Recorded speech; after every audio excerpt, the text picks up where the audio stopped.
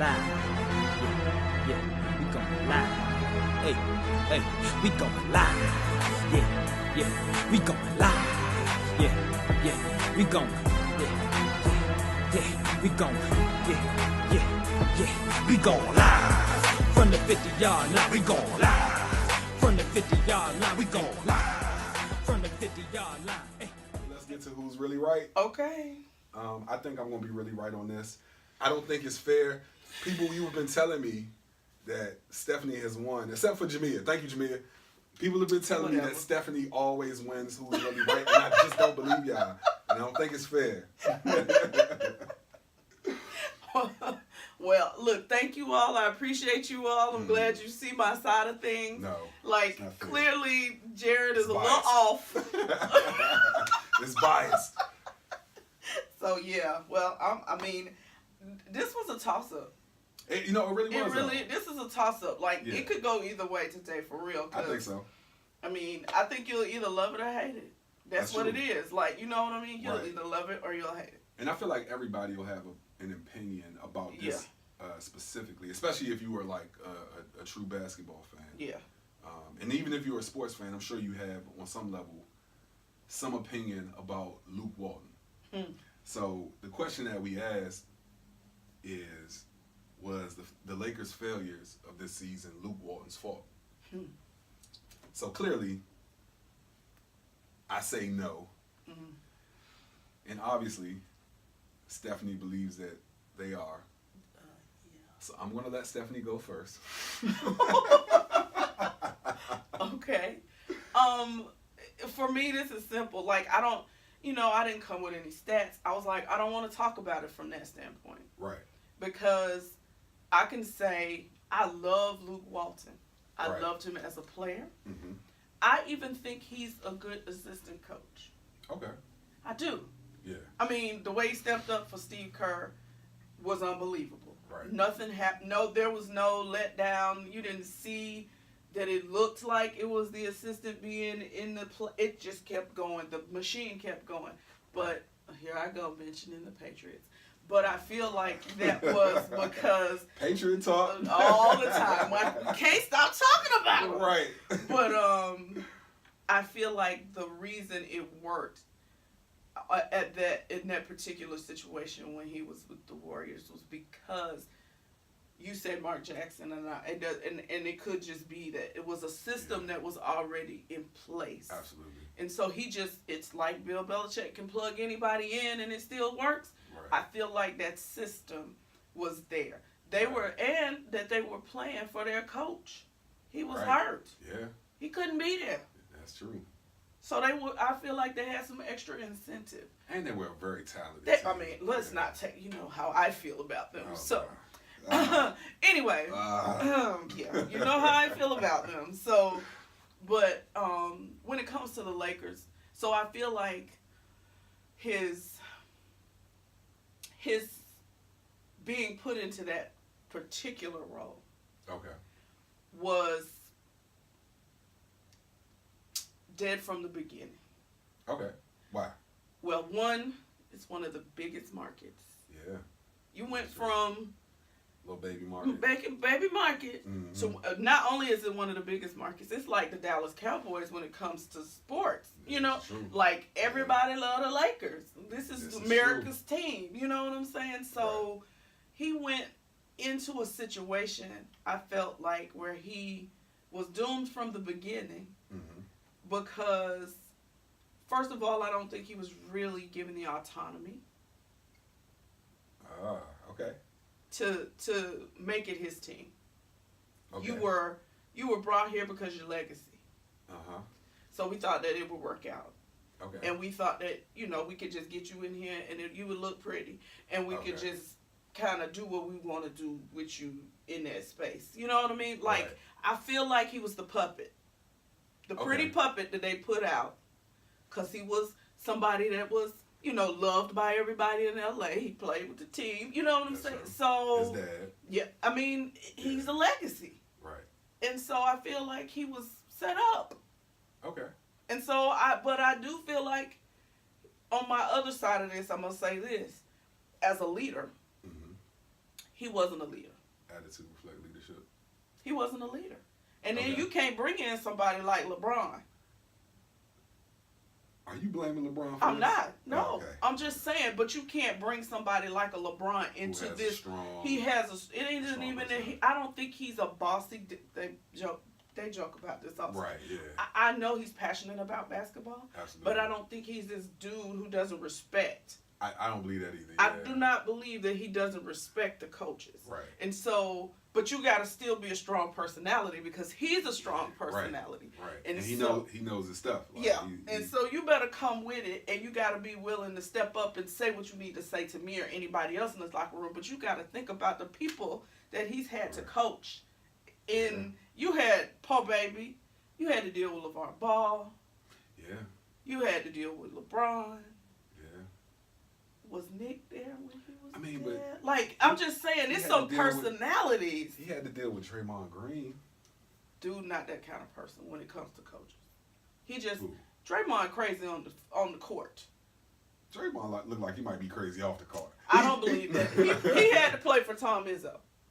This is true, but Tom Izzo is. But I'm just Have saying. you seen Tom Izzo? I know Like, who Tom Izzo yeah. is, but I'm saying That's he a had to strong play coach. for Tom Izzo. Yeah. So you were brought up Right. in this particular way when it came. You didn't. I don't feel like Draymond is that dude who would have been an issue. And even if he was, other people on that team was gonna handle him. Right. He wouldn't have still had to have dealt with them like he had to. And even he was on his back, he wasn't dead. So if Steve Kerr had to make a phone call and get you straight, he still could do that. Yeah. So in this situation, I feel like he was just set up and it was never good. His leadership wasn't strong enough, not good enough, but just not strong enough to overcome what he had to deal with on all levels. Right. This is the biggest stage you're going to be on as a head basketball coach in the NBA. Okay. Coaching for the Lakers. And so those things are the reason why you feel like it's his fault that the team wasn't successful. I mean, you accepted the job. Yeah. See, it ain't like you ain't play in LA. Right. So you already know. You know what's a genie, but all these people you about to go work for, you know what's going on. So you didn't come in it blind. You accepted it, and you didn't step up to the plate. So that's why I say, yeah, it's his fault. Okay, so here's where I disagree. Okay. And I think part of it is you made some of my argument for me. Okay. Is that the Lakers, before he even got there, were a hot mess. Yeah.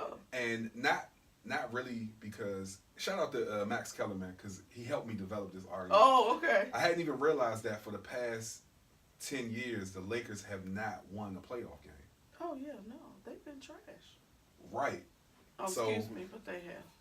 In comes Luke Walton, 2-3 years ago? 3, I think. 3. This was his third year. I think it was 3. So, in comes Luke Walton, and I agree. Like I feel like he was the most talked about assistant out there, and I felt like because he was the most talked about assistant and the legacy and the fact that he had played for the organization, he had some familiarity with it.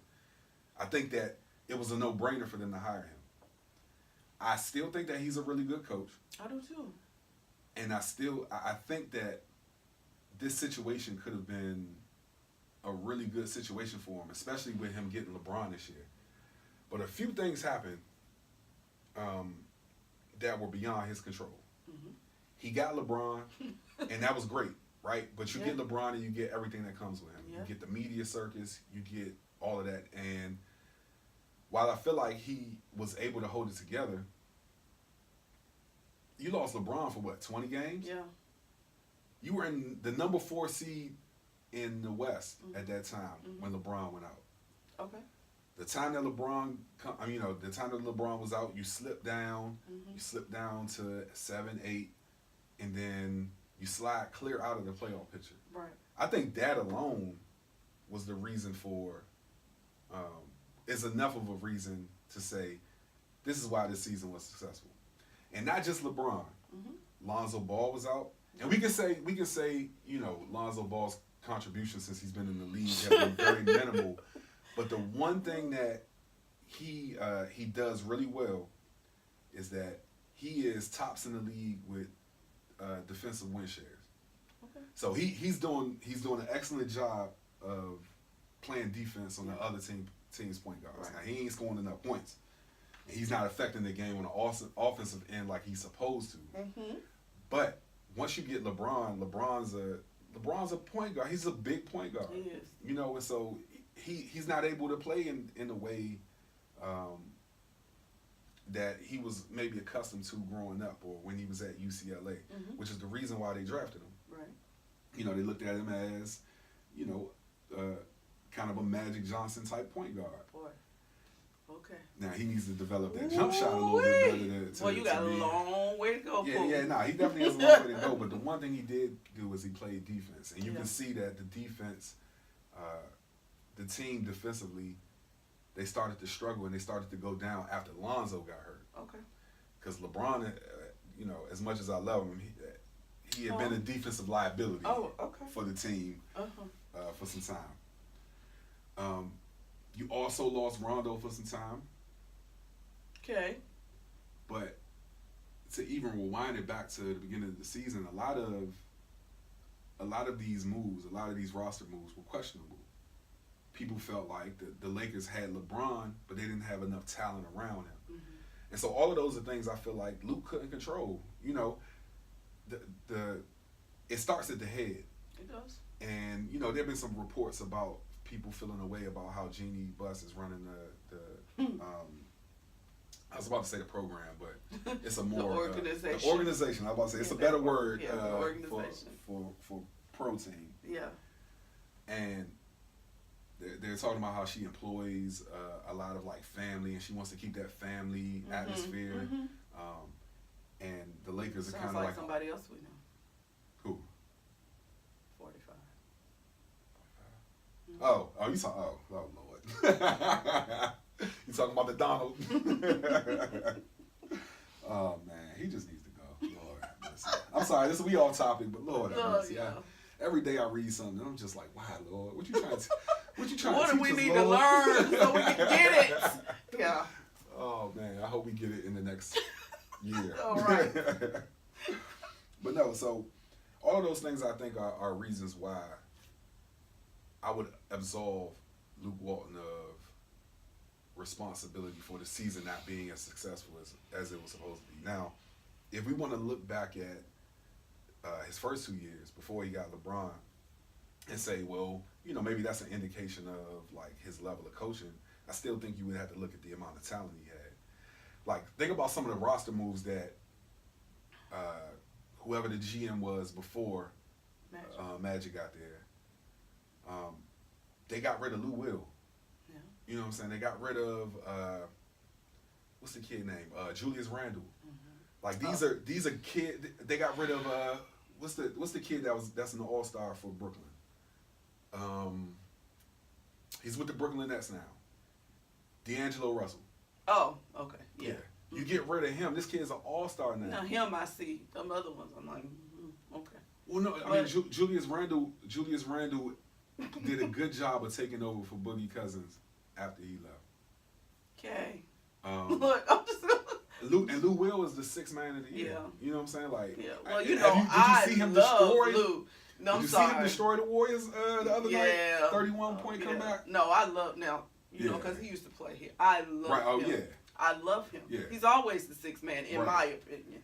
Yeah, but I love his story about accepting that role. I won't get into it just because you know it's kind of off topic, but like those are a couple of pieces where like that team would look very different right now if you hold on to those pieces. Mm-hmm.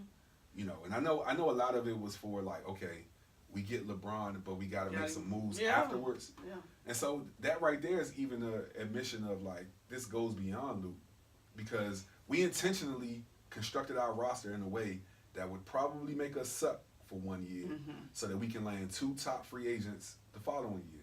So let me ask you this: if this is their quote unquote plan, right? Why fire him knowing that was you knew you were gonna suck? So what about him if your plan was we're gonna suck, we're just gonna rebuild around LeBron, but we gotta just make it through this. Right. Why fire him? That's a part of the plan. Firing him? Yeah, because if I'm Rob Pelinka and I'm Magic Johnson, right? And I think this whole Magic Johnson thing, we're about to talk about it in a second. Yeah. I think this whole Magic Johnson thing came out of nowhere. Yeah. But if you're gonna hire me to cook the meal, I want to buy the groceries, right? I think you keep Luke Walton on as a scapegoat for this season because you intentionally tanked this season, right? Or the plan was to. Yeah, because there was no fire anywhere with this organization on any level. Right. Even LeBron strangely seemed rather nonchalant about this whole thing. You know what I mean? Like he would do. Oh, you talking about just at the end of the season with the firing and the no, just the season. The entire period. season? Okay.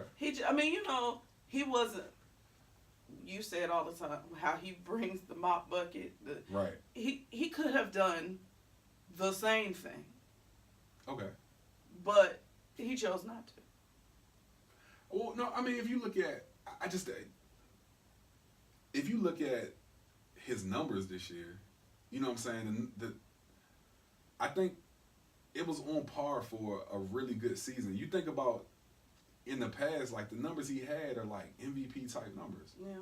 Now, James Harden and Giannis Antetokounmpo just had a way better season. Way better, yeah. And I wouldn't have put him in the top 5 of the MVP race or anything like that, but like he still put up MVP type numbers. But to your point though, I still saw moments of disinterest, especially towards the end of the season where it was like kind of, you see LeBron get fiery, like, listen, like, I ain't missing no playoffs. Right. But honestly, I think he understood that this was a part of the plan. That's what I'm saying. That was my whole point. Right. I felt like he was in on it. Right. Like, okay, I'm gonna deal with this with y'all for this year because you said you're gonna do this, so I'm okay for right now. Right. Yeah. So I don't know. Y'all decide. Right. I'm really right. No. I say that every week. Right. And every week somebody say, "Nah, I think Stephanie's right." I think there's a bias here, and it's just not fair. Oh, okay. We gon' lie. Yeah, we gon' lie. Hey, we gon' lie. Yeah, we gon' lie. Yeah, we gon' we gon'